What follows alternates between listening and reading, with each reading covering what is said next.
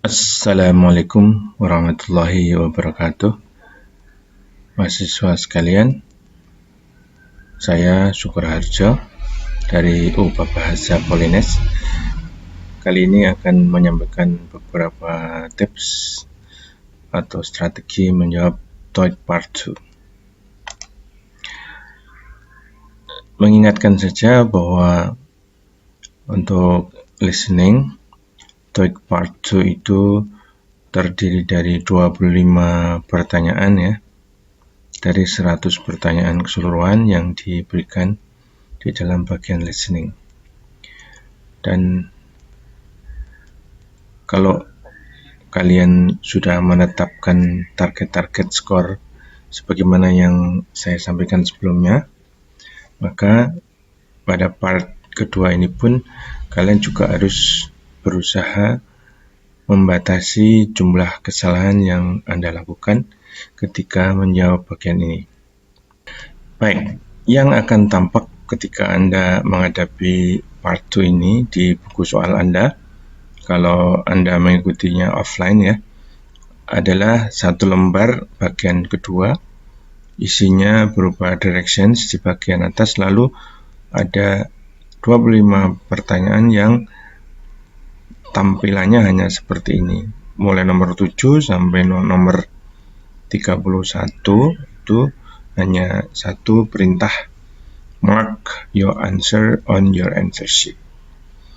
Jadi sebetulnya tidak ada yang perlu dilihat ketika Anda mengerjakan part 2. Nah, sedikit tentang directions. Jadi bagian kedua ini Anda akan disuguhi rekaman tentang pertanyaan atau bahkan juga pernyataan ya, dan diikuti 3 pilihan jawaban yang Anda diminta untuk memilih salah satu yang tepat. Dan semuanya tidak ada yang ditulis seperti tampilan ini. Nah, untuk menjawab bagian kedua, ada beberapa yang saya ingin sampaikan di sini.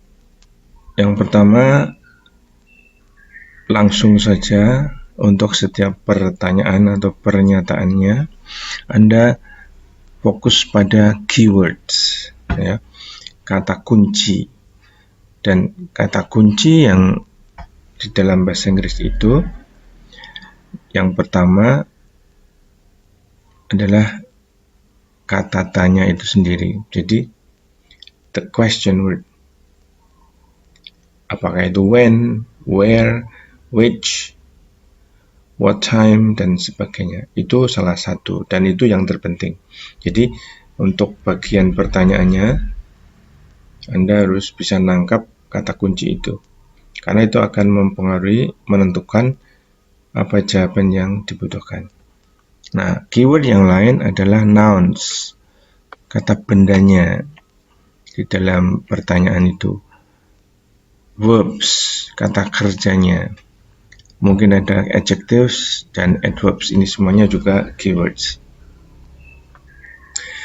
Tentu kata kunci ini juga perlu Anda dapatkan untuk ketiga opsi jawabannya.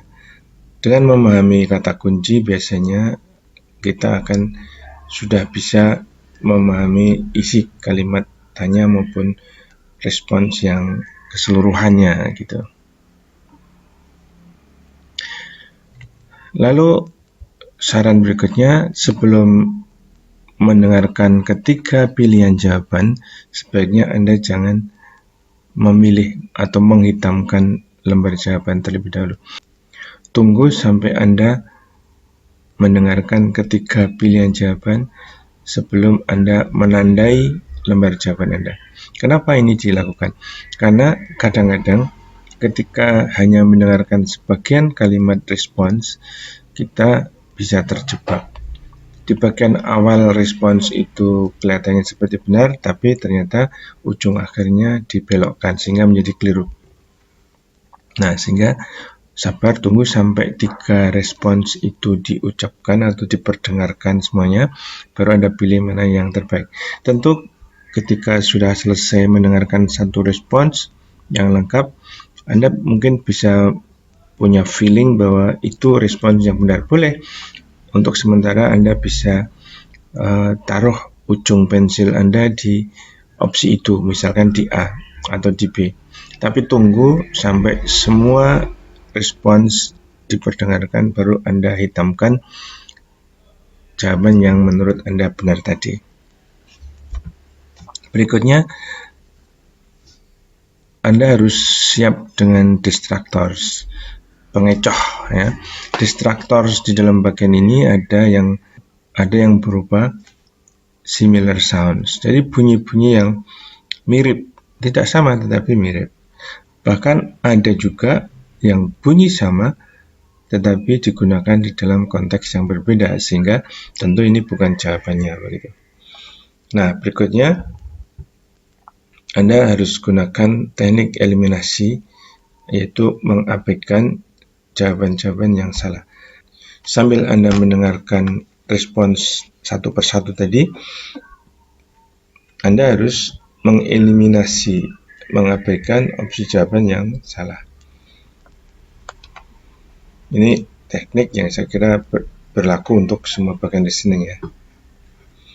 Nah, yang juga harus diingat, ini penting juga, kadang jawaban benar itu tidak selalu merupakan jawaban langsung terhadap pertanyaan atau statementnya. Nanti ada contohnya ya. Jadi yang menjadi kriteria untuk jawaban benar di part 2 ini adalah konektivitas. Jadi ada hubungan makna antara question dan responsnya. Ya, walaupun mungkin jawaban itu tidak secara langsung menjawab pertanyaan. Ini kita latihan sedikit tentang mencari keyword atau kata kunci ya. Keyword di dalam pertanyaan tadi saya sampaikan, yang paling penting adalah question word-nya, kata tanyanya, lalu ada nouns, verbs, dan seterusnya. Nah, sekarang kalau ada pertanyaan seperti ini, manakah keywords dari pertanyaan ini? How much is a taxi to the airport? Ya, tentu saja how much, kemudian taxi, airport. Nah, dengan mengetahui pertanyaannya dimulai dengan how much, maka kita akan segera tahu bahwa yang ditanyakan adalah harga ya, atau besaran ongkos, sehingga dari situ pun kita sudah bisa nanti memilih jawaban yang mengarah ke situ. 3 miles from here jelas bukan jawaban yang pas. $10 one way, ini kemungkinan yang benar kan begitu.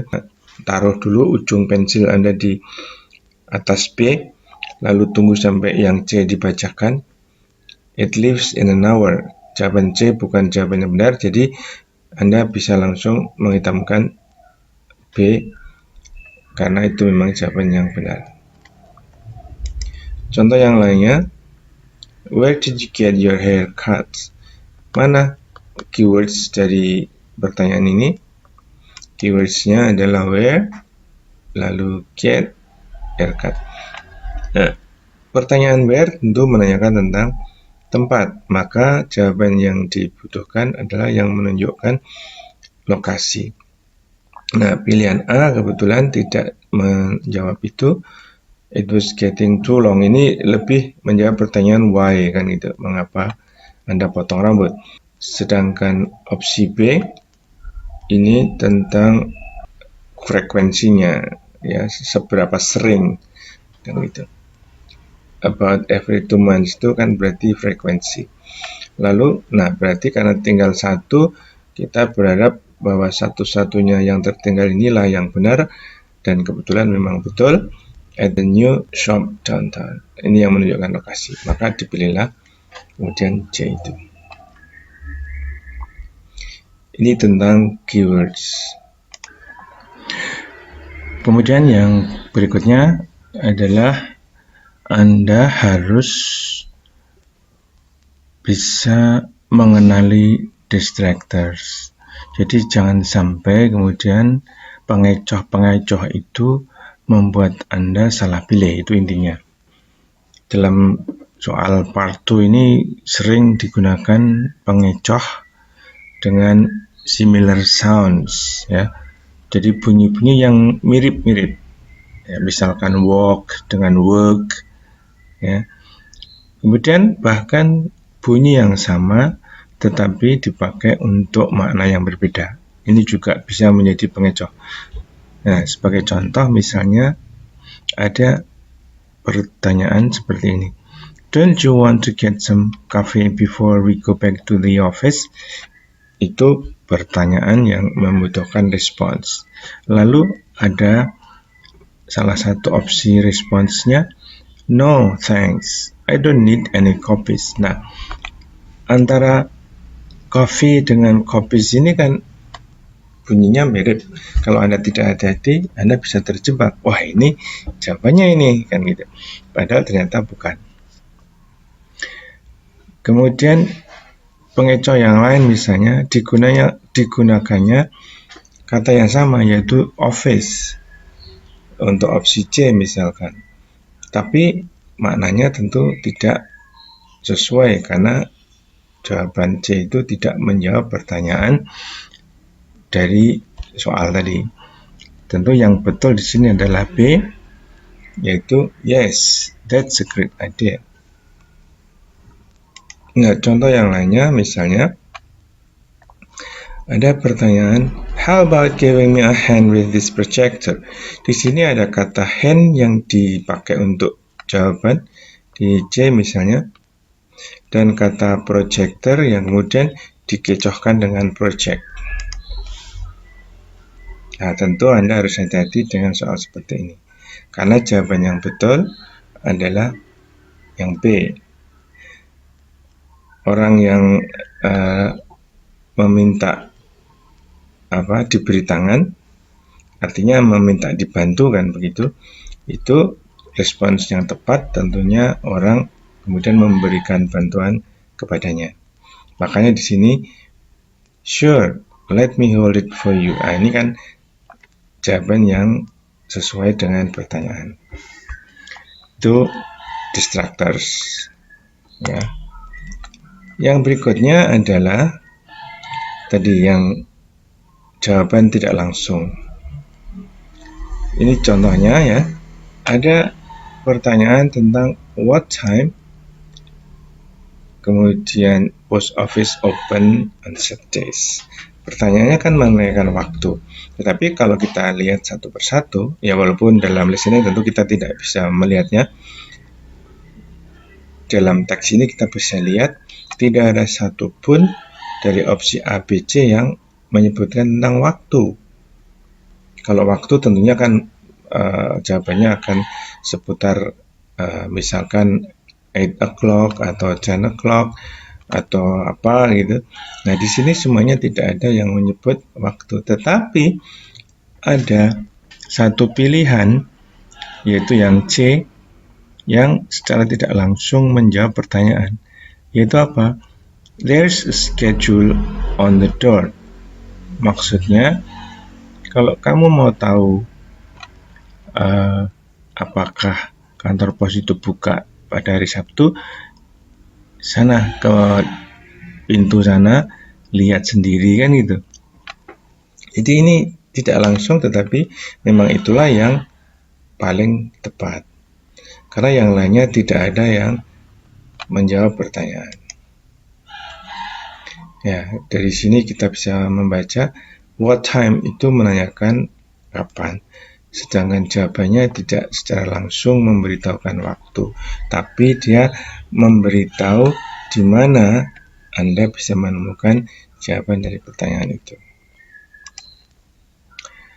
Ya, berikutnya saya akan menyampaikan beberapa rangkuman yang ini bisa ditemukan di Elino ya, terkait dengan part 2 di dalam TOEIC. Anda bisa baca sendiri sebetulnya, tapi akan saya baca dengan cepat. Mungkin kalau perlu saya jelaskan bagian-bagian yang perlu dijelaskan. 1. Tidak ada yang perlu dibaca di buku tes TOEIC Part 2 karena hanya ada tulisan mark your answer on your answer sheet mulai nomor 7 sampai nomor 31. Oleh karena itu yang perlu disiapkan adalah konsentrasi. Anda cukup menyiapkan konsentrasi yang penuh selama 25 pertanyaan itu dibacakan atau diperdengarkan. Berikutnya, ketika pertanyaan atau pernyataan sudah mulai diperdengarkan, segera identifikasi apakah pertanyaan itu information questions, bisa menggunakan WH ya, how, when, what, where, dan seterusnya, atau pertanyaan yes no ya, walaupun pertanyaan yes no ini juga tidak selalu nanti dijawab dengan yes atau no, tapi kan dia juga merupakan pertanyaan yang harus direspons, atau dia pertanyaan alternatif seperti yes no tetapi sebetulnya dia memberi pilihan untuk dipilih salah satu. Ini harus dikenali, jadi kita harus tahu berbagai macam jenis pertanyaan di dalam bahasa Inggris ini. Karena apa? Kita hanya bisa memilih respons yang tepat kalau kita mengenali pertanyaan yang kita dengarkan itu. Nah, yang kedua tadi adalah digunakannya teknik eliminasi, yaitu mengabaikan ya opsi jawaban yang benar-benar salah, sehingga semakin banyak yang kita abaikan, tentu kita akan dibawa kepada peluang mendapatkan jawaban yang lebih benar. Nah, ini tadi saya baru menyebutkan beberapa. Ini ada lebih lengkap. Distraktor itu misalnya bunyi yang mirip, bahkan bunyi yang sama tapi untuk makna yang berbeda. Homophones ini maksudnya kata-kata yang bunyinya sama tetapi memang benar-benar maknanya berbeda. Kata hear yang artinya di sini dengan hear yang artinya mendengar kan tidak ada perbedaan dalam pengucapan, tapi tentu maknanya berbeda. Bagaimana kita mengenali perbedaan tulisannya? Ya, memang kita hanya bisa tahu dari konteksnya nanti.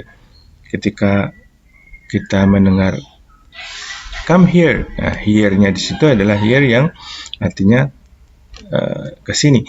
Tapi kalau can you hear me? Nah, hear di situ tentu artinya yang mendengarkan. Kemudian yang berikutnya, ini masih terkait distraktor ya, adalah penggunaan tense yang salah.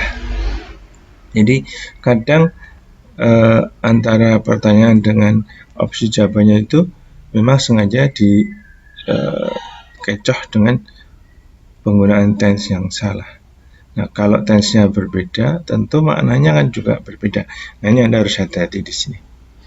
Kemudian ada incorrect person. Jadi orang yang disebutkan di dalam pertanyaan dengan orang yang disebutkan pada jawaban itu berbeda. Tentu kalau ini yang terjadi juga jangan dipilih karena berarti tidak menjawab pertanyaan. Oke, ini yang tadi terkait dengan berbagai jenis pertanyaan tadi. Kadang respons yang diberikan itu adalah respons terhadap jenis pertanyaan yang seharusnya berbeda, tapi dipaksakan juga dipakai sehingga tentu tidak akan nyambung dan jangan dipilih karena salah. Nah, terakhir tentang rangkuman ini, jangan menjawab sebelum selesai mendengarkan semua opsi jawaban. Kadang bagian awal kalimat seperti benar, tetapi ternyata ujung akhirnya diplesetkan atau salah. Kalau Anda menduga telah menemukan jawaban benar sebelum opsi C dibacakan, ya, misalnya di A atau di B, tunjuk dulu jawaban itu dengan ujung pensil supaya tidak lupa saja. Setelah itu nanti ketika sudah semuanya terdengar, Anda kembali ke situ tinggal menghitamkan. Nah, terakhir sekali tentu jangan ada satu soal pun yang tidak terjawab walaupun menjawabnya secara tidak yakin. Artinya Anda harus menggunakan guessing atau menebak-nebak gitu, ketika Anda tidak yakin jawaban mana yang benar. Saya kira itu ya. Buku yang dipakai masih sama, sudah ada audio files ya, termasuk kunci jawaban dan audio scriptnya. Bagian yang membahas tentang part 2 itu ada di unit 2, 9, 16, dan 23. Ini semuanya bisa diambil, diunduh dari El Nino di topik kedua ya. Terima kasih. Selamat berlatih. Wassalamualaikum warahmatullahi wabarakatuh.